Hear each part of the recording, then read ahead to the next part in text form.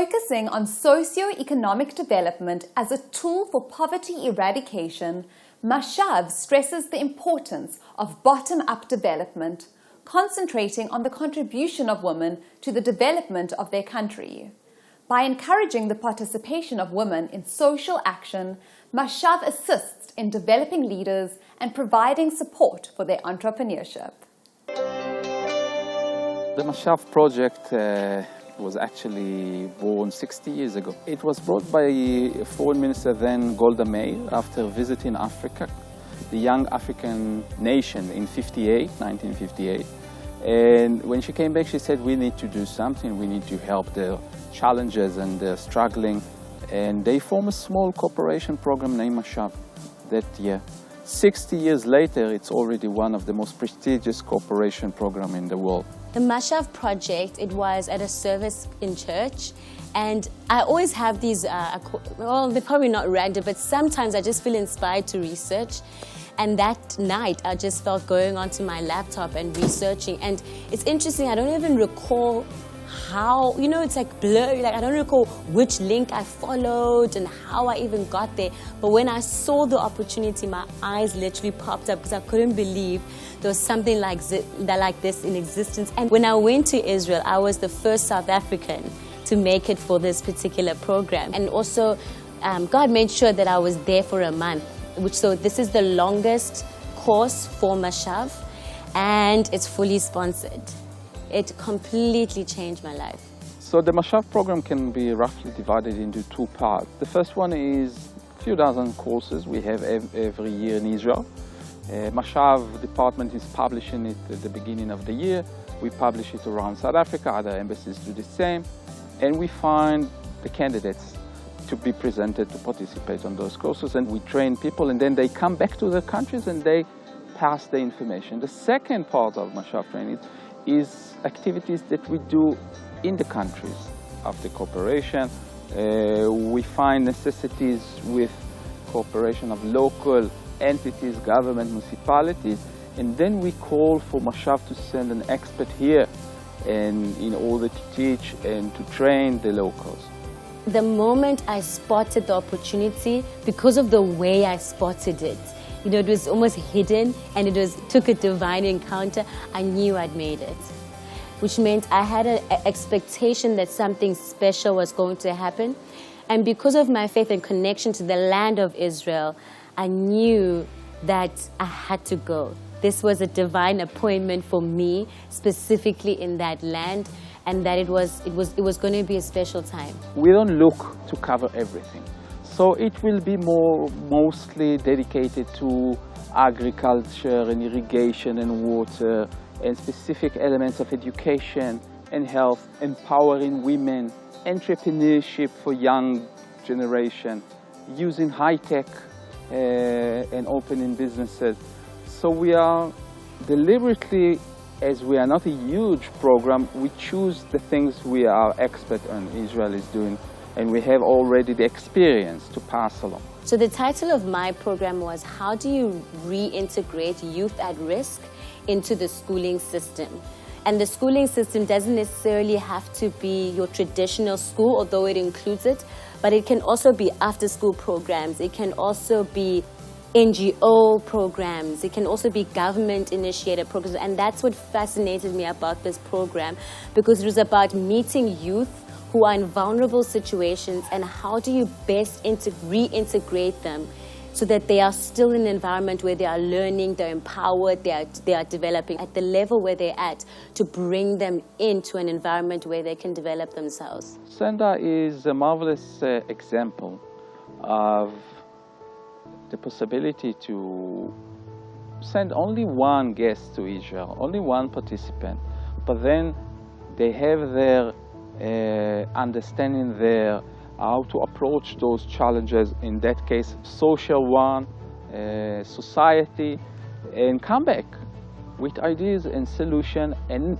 also network, by the way. It's important to mention that when you are in Israel, you meet 20 likewise participants from all over, in that case, Africa. So you have also a very important network of similarity, of similar projects, many more advices and ideas. And Lysandra came back here and implemented some of those ideas had in Israel, and I was very happy to visit the center and to see this marvelous work that they do with the South African youth. And this is exactly, basically the idea of Mashav. Take individual, but let them change society or make a difference in their society, in their agriculture, in their women empowerment and entrepreneurship and etc.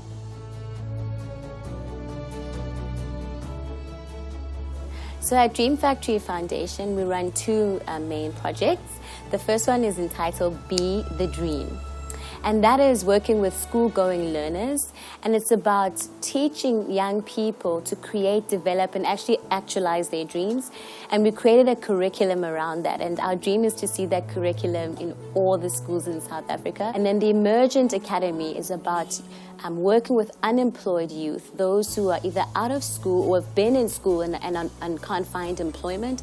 And it's about training them over 6 to 12 months on business skills, on personal mastery, job readiness skills, and always incorporate the theory with the practical. So they learn the business theory, they learn the technology theory, but then also during the process of the program, they also go out and experience what it's like to be a business person.